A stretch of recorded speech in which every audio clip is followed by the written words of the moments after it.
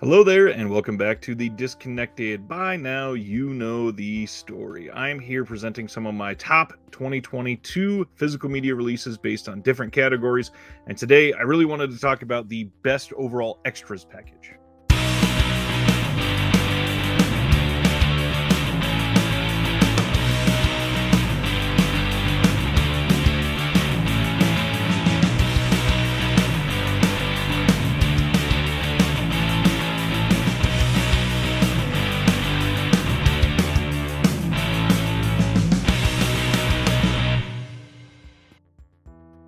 So, with this category specifically, there is a lot of attention going to four main single film releases, and I do want to kind of focus on those four. The reason these four releases are getting such a large amount of attention is because they combine archival special features with brand new special features to create this overwhelmingly amazing total package. These are definitive releases of four really great films for very different reasons, as you'll see, because they come from a handful of different genres.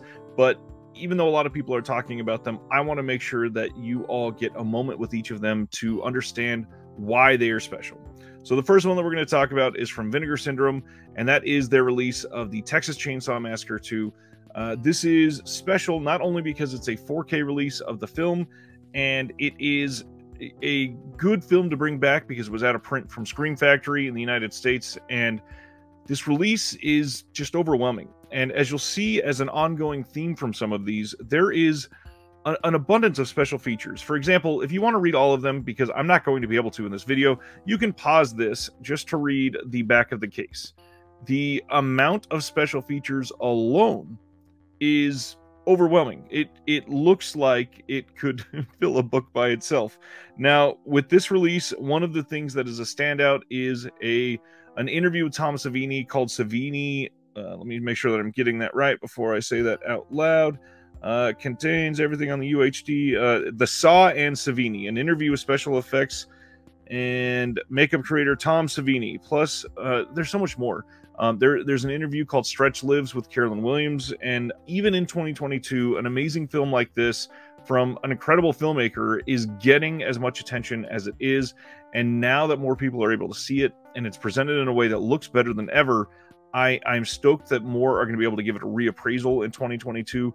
And to be honest, Tobe Hooper got a lot of attention this year, and that's a great thing. I think that he deserves it. He, passed away just kind of recently, and it's something that really hurt for a lot of reasons. And one of the reasons is because of how he affected filmmaking through a number of genres. Obviously, horror was his biggest one, but some of his most famous films, they overwhelmed the rest of his filmography. And it's nice to see something like this that gets overlooked a lot of the time get that attention. Now, the second one that I wanted to highlight today is one that is maybe the most impressive release for a single film ever when you look at the all-encompassing release by itself. And there's only a couple that I would say would rival it, and honestly one of them is from the same company who put out Dawn of the Dead just a couple years ago, but that is the 4K release of Drive. This is the limited edition release. Obviously you can see the sheer size of this massive box, and this again, if you want to pause it, you can see all of these special features on the back of the box here. And I wanted to highlight a couple of things. So first off, when you look at all-encompassing extras, I look at bonus features, not just what's on the disc, but if it comes with a booklet. And not only does this come with some great special features on disc, you get 2 books with this film. One of them is a novelization of the film, and then the other one is a whole bunch of things. There is like a comic in there. There is some production stills. There's a lot of photos. Obviously, there's some written pieces, and they're great. It is a wonderful supplement to a loaded and great looking 4K disc. On top of the great 4K package and the books, we got some wonderful special features here, and the main one that I want to highlight is the audio commentary here. So the audio commentary is let's see, new exclusive audio commentary by Nicholas Winding Refn, who's the director, of course, and the Guardian film critic Peter Bradshaw. Now, it is a very well-made commentary, and there's a handful of commentaries this year that stood out to me, but this one primarily, it feels like it brought some gravitas with the Guardian film critic coming in and being a part of it. And the Drive legacy has really grown over the last I think this came out in 2010, so you know, just over 12 years. This film has been sort of looked at as this film bro type of culture release for a long time, because a lot of the people that loved it were just from a very stereotypical standpoint. And I think it's grown a little bit past that, and a lot of people that look back out on it can appreciate it for a lot more than pretty colors and an amazing soundtrack, of which it genuinely has both. It has one of the greatest soundtracks ever, and to see a release like this give this film that amount of respect, and it honestly, for a modern film, that's pretty damn good. I'm stoked to see these releases getting this much and still being able to pull names like the director in to speak on it for multiple hours. Not only does he do the commentary, there's a long, like 70-minute conversation with the director, the editor, a handful of other people from the film, and it's, again, just a wonderful disc. And all of that is still available on the standard edition, so if you missed the limited edition, yeah, you won't be able to get the books, but all of the disc special features will still be there. And I believe that's the case for, yes, for all of these. You can still get all of the on-disc special features, so don't worry about losing any of that.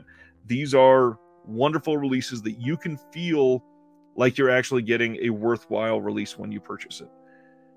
The next one, which I wasn't really planning on ranking these, but I think they did come out in a logical way if I was counting from 4 up to the top of what I'm most impressed with.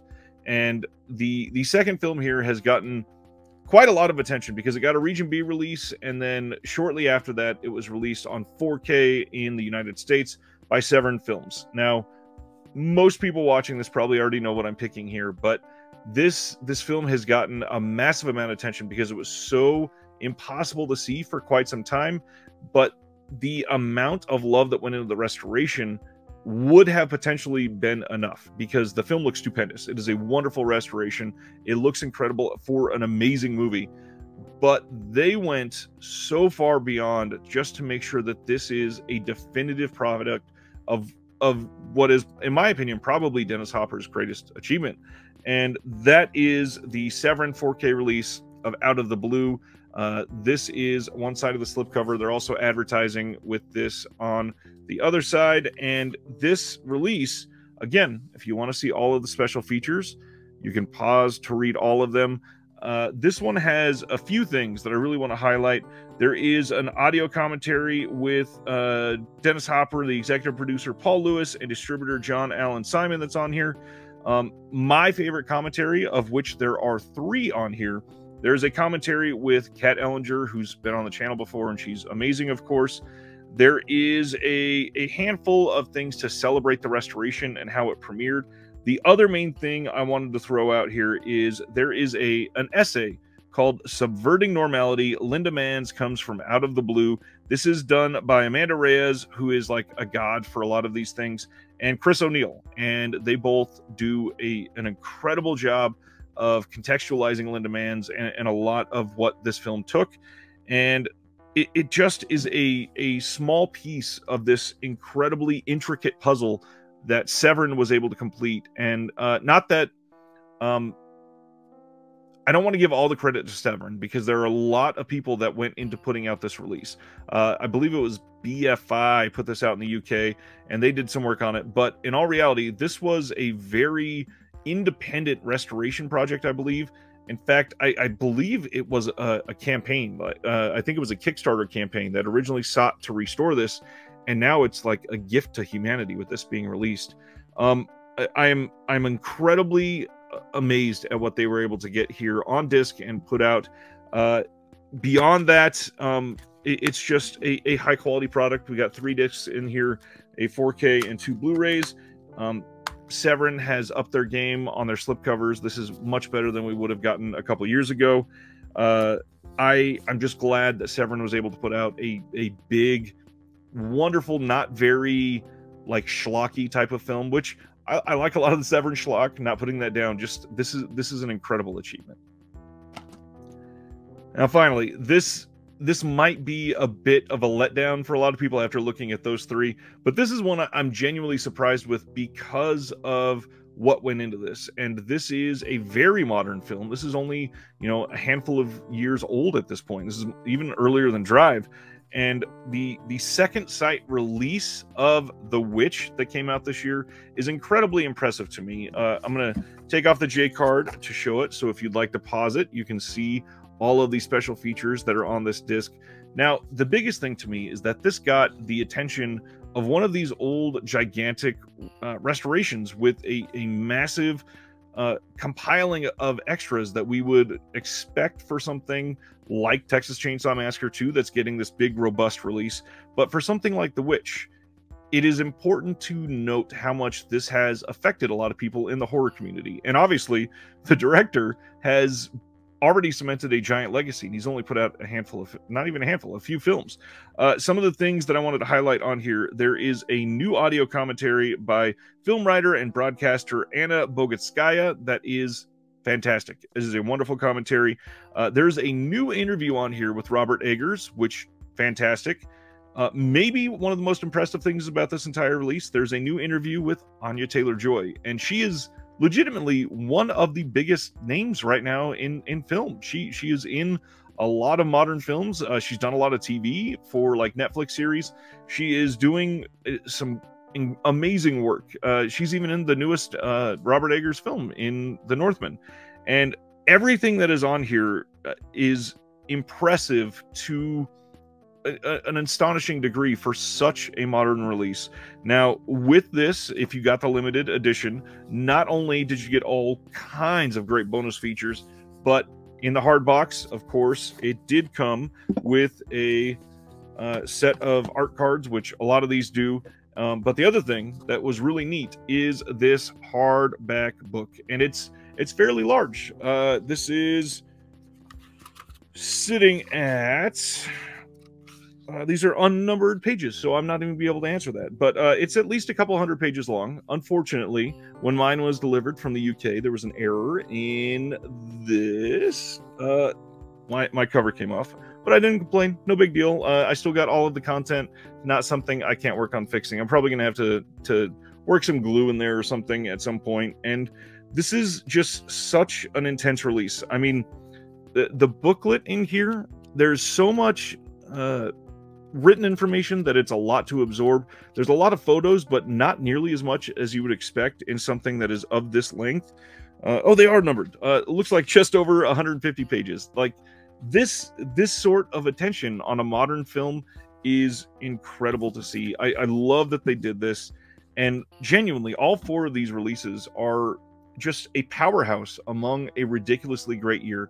Now, obviously, I could have chosen a lot of box sets here because they have an overwhelming number of extra features when you combine everything together. But for one film, I think that these four releases will stand like the test of time to be on the podium for 2022 as the most impressive extra bonus features packages because of everything that we got for all four of them. Again, Second Sight Films, Vinegar Syndrome, Severin, they put out some incredible releases, and if you're not paying attention to them, I do think that you're missing out. If you love film, if you love physical media, and I highly recommend all four of these releases. Even if you only get the standard edition, that's okay. No big deal. It's not as something that you absolutely need to go seek out the limited edition or anything. The disc releases themselves are still available, and they're fantastic. So make sure you pick those up. And again, got a lot more of these coming out over the next handful of days. This is going to spill over the first of the new year, by the way. I started working on these and then realized I've got like 19 I want to do. So some of these days where it's within the week, they might have more than one video. Other days I might only have one. I'm planning on doing at least one more like full-length discussion to round up some things. But I hope you're enjoying these. If you are, give it a like and maybe share where other people like physical media. And until next time, from one collector to all of you, have a good night.